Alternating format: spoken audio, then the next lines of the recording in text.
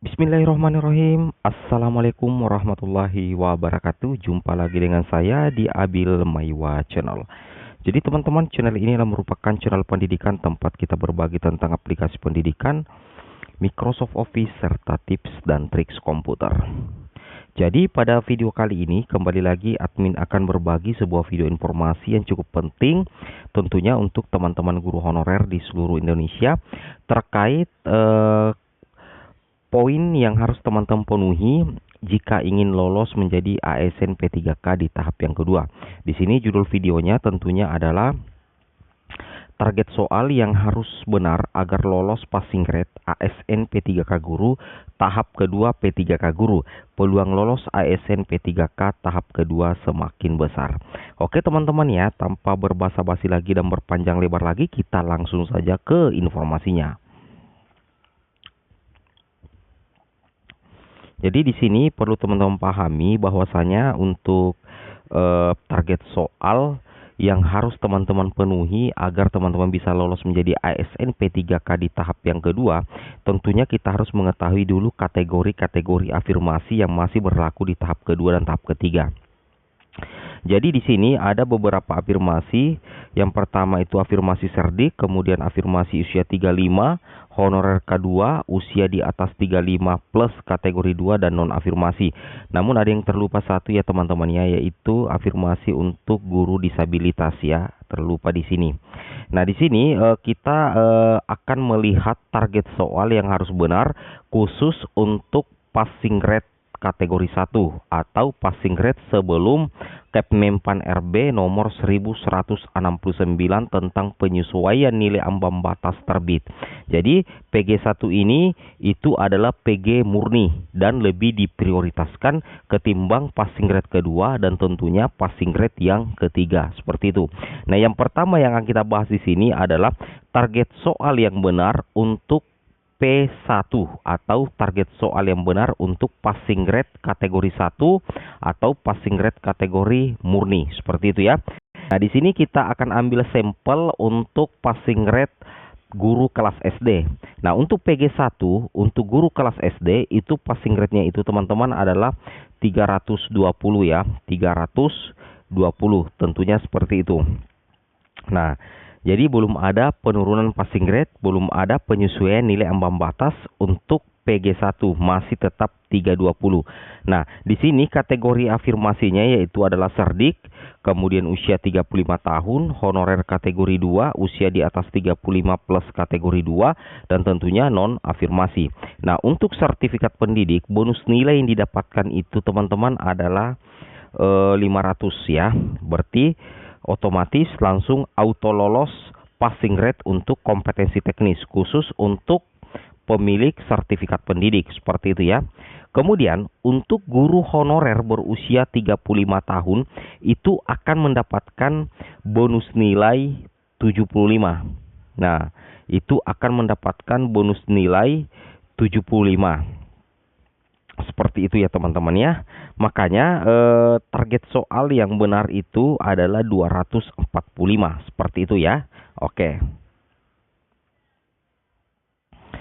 Nah, sekarang teman-teman perhatikan. Di sini untuk guru honorer berserdik itu auto lolos ya.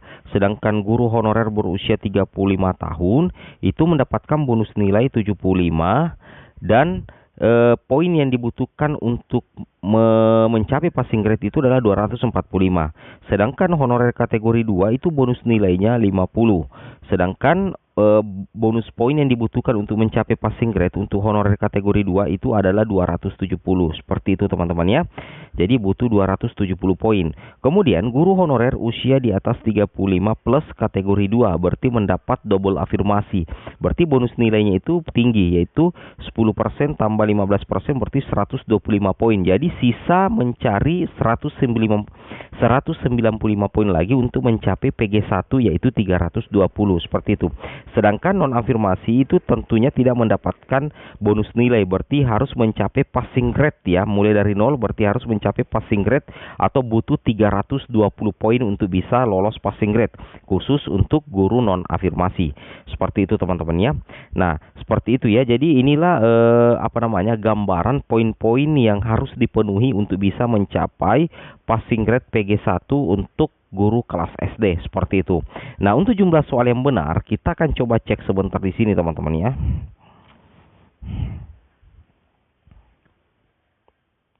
Nah, di sini teman-teman perhatikan untuk jumlah soal yang benar. Teman-teman harus perhatikan di sini untuk yang guru honorer berusia 35 tahun tadi itu membutuhkan jumlah soal benar itu adalah 49 soal ya untuk bisa mencapai passing grade P1, PG1. Sedangkan guru honorer kategori 2 itu butuh 54 soal benar untuk mencapai PG1. Sedangkan untuk guru honorer double afirmasi yaitu usia 35 plus kategori 2 berarti hanya membutuhkan benar 39 soal saja teman-teman ya untuk mencapai passing grade PG1. Sedangkan untuk non afirmasi yang tidak memiliki nilai afirmasi sama sekali berarti harus benar 64 soal untuk mencapai PG1 320 seperti itu. Nah, tapi perlu teman-teman pahami PG1 ini sangat diprioritaskan teman-teman ya. PG1 ini sangat diprioritaskan ketimbang PG2 dan tentunya PG3. Itu yang harus teman-teman pahami. Sedangkan kita pindah ke passing grade ketiga 270. Nah, kenapa admin katakan passing grade ketiga 270? PG3 ini berarti sudah mendapat penyesuaian nilai ambang batas berdasarkan Kemenpan RB nomor 1169. Contohnya untuk passing grade kompetensi teknis guru kelas SD dari 320 turun menjadi 270. Nah, di sini guru honorer PG3 itu mendapatkan tambahan afirmasi 10% teman-teman ya. Itu diwujudkan dalam bentuk penurunan passing grade. Nah, contohnya di sini untuk guru honorer berusia 35 tahun itu hanya membutuhkan 195 poin ya. Hanya membutuhkan 195 poin atau jumlah soal yang benar itu 39 teman-teman ya. Tadinya kalau sebelum penurunan passing grade wajib benar 39.